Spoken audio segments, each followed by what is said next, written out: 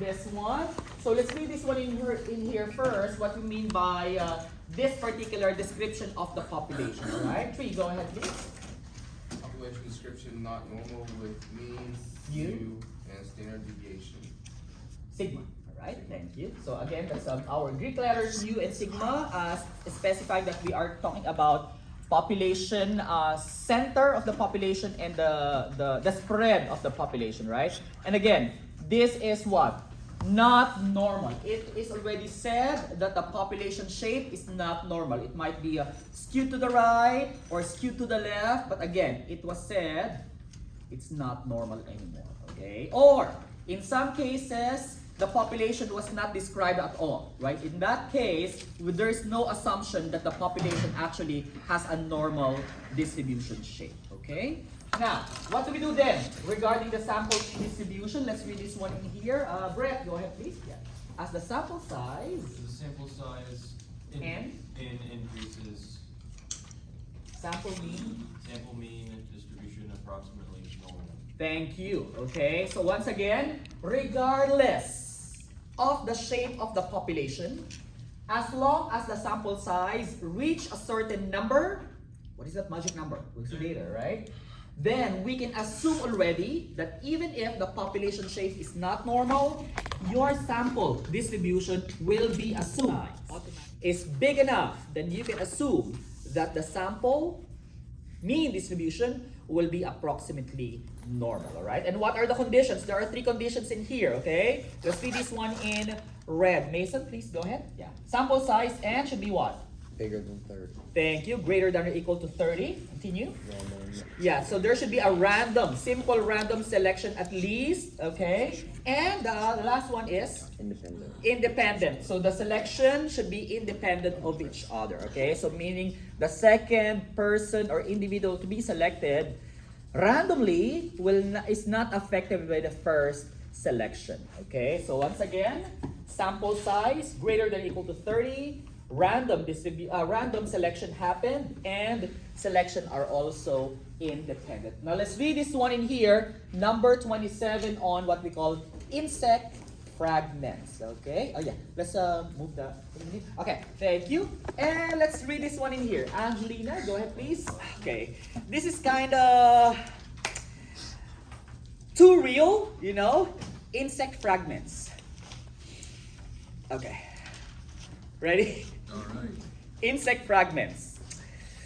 Okay, let's go ahead read this one, okay? The Food and Drug Administration sets food defect action levels for some of the various plant substances that inevitably end up in the food we eat and liquids we drink.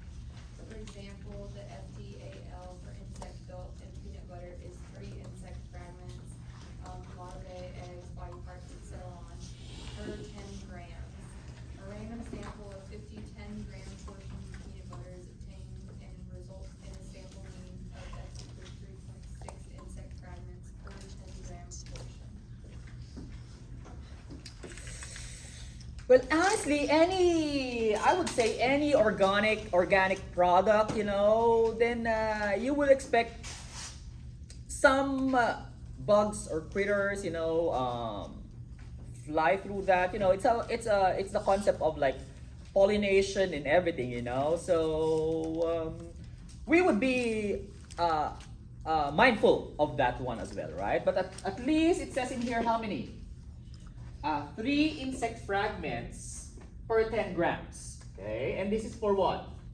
Peanut butter, right? Well, not only peanut butter, definitely. So I would assume some consumable products, right, might have with organic origins might have some of these insect fragments as well. All right, so it's because it's a part of the plant process. Okay. Anyway, let us read letter. By the way, it says in here how big is the sample size? 50. Thank you. Very good. Next, what is the mean of the sample? X bar? 3.6. Thank you. And basically that's it. Okay. Now, what we're gonna do? Let's read letter A. Tiff, go ahead, please.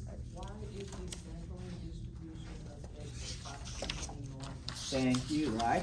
How can we say that X bar That's the mean, right? The sampling distribution of the sample mean is approximately normal. So we can say that what?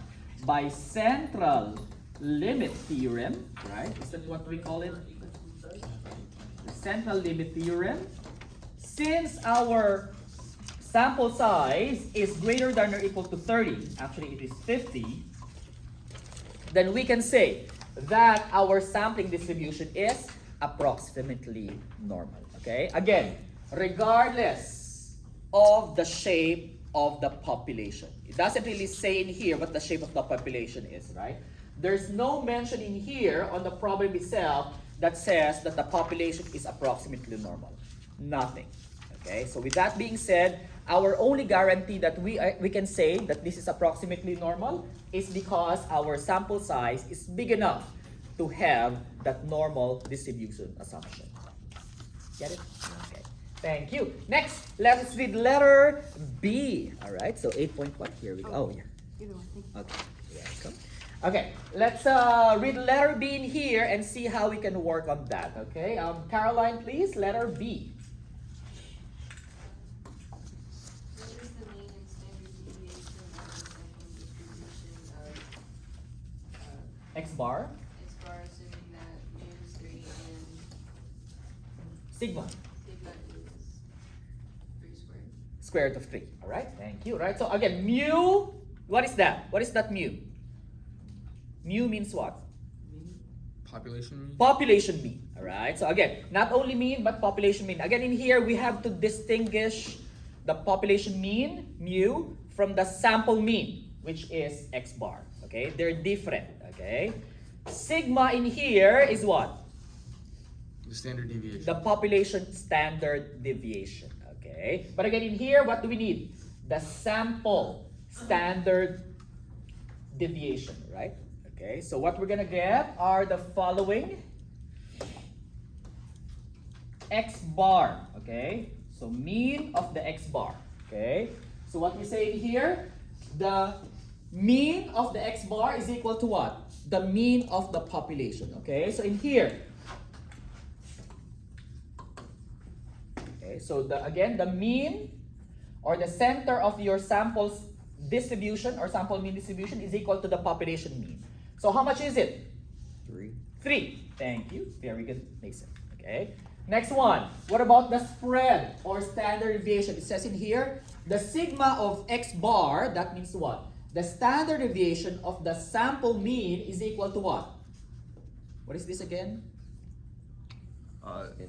The Sample standard sample. deviation of the population. Yes, yes. Right? Okay. Again, population standard deviation over The sample size. sample size. Okay, so that's what we're gonna do in here. Sigma, all right. The standard deviation of the sample mean is equal to what? Sigma over n. Okay, yeah. So that's the population standard deviation over the sample size. Okay. Wait, I think I forgot something in there. That should be, if I'm not mistaken, Square root of that? square root, right? I think I forgot the square root in there. Let's verify. That should be a square root in there. Yes, yes, yes. Thank you. Square root of n. That's correct. Thank you. Okay.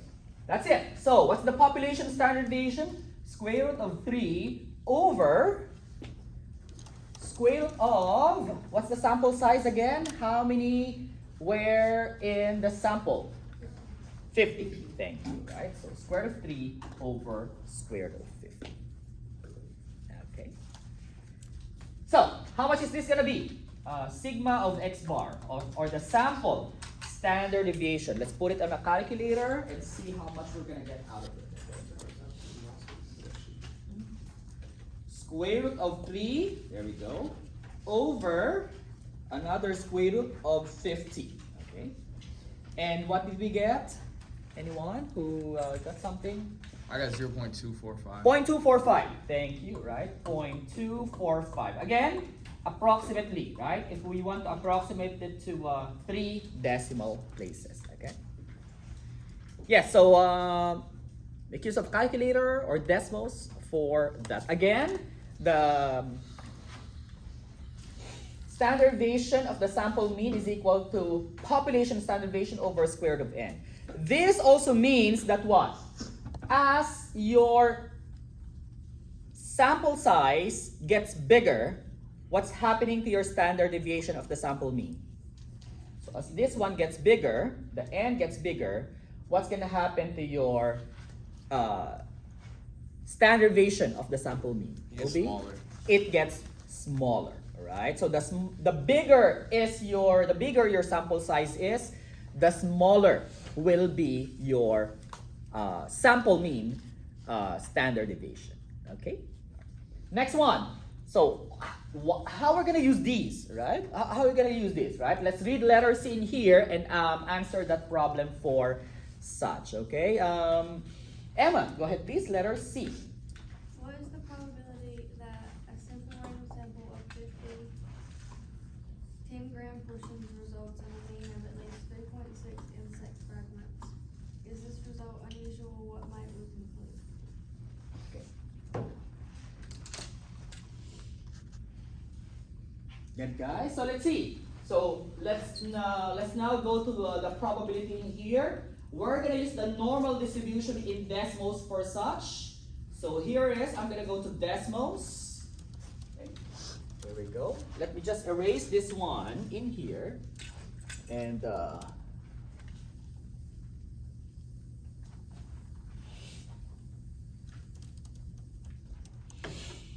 use these details, okay, for that word in there. All right. So again, we can assume now that the sample mean is a normal distribution. Hence, I can put in here normal dis. Okay. Go. What is the mean a while ago that we got? We said it's similar or equal to the population mean, which is how much? 3. Right. Comma. What is the standard deviation? We can put in 0.245 or just what we got a while ago, to be exact, square root of 3 over square root of 50. Okay, so that is your population mean, same as your sample mean. And this is your sample standard deviation. Okay. Now, what do we do then? So if we see in here, this is our data set. Here it is. I'm going to click on CDF, and it says here, what is the problem again? What did it say? What does it want us to do? See. You want the mean to be what? At least 3.6 fragments. So when you say at least 3.6 fragments, then the 3.6 will be what? Minimum or maximum? Again, it says at least 3.6 fragments. So 3.6 is what? The minimum or the maximum? The minimum, right? Again, that's the least value. Okay, so that's 3.6 in here. I'm just gonna leave the maximum to be blank. Honestly, if it's blank, it's basically infinity, right? So in short, it's gonna get all of those values in there, right? So as you may notice in here, okay, so just visualizing the data in here, so that is your sample mean distribution. Again, we have assumed it to be normal, with the mean to be at 3 and the standard deviation to be square root of 3 over square root of 50, or again 0.245. And again, if you say your minimum at least is 3.6, then that means what's the chance? 0.007 is the chance that there's going to be what? More than 3.6 fragments or more on any of those sampled peanut butter products. Questions? Okay, so let's cut that one first, guys. Thank you. Any questions?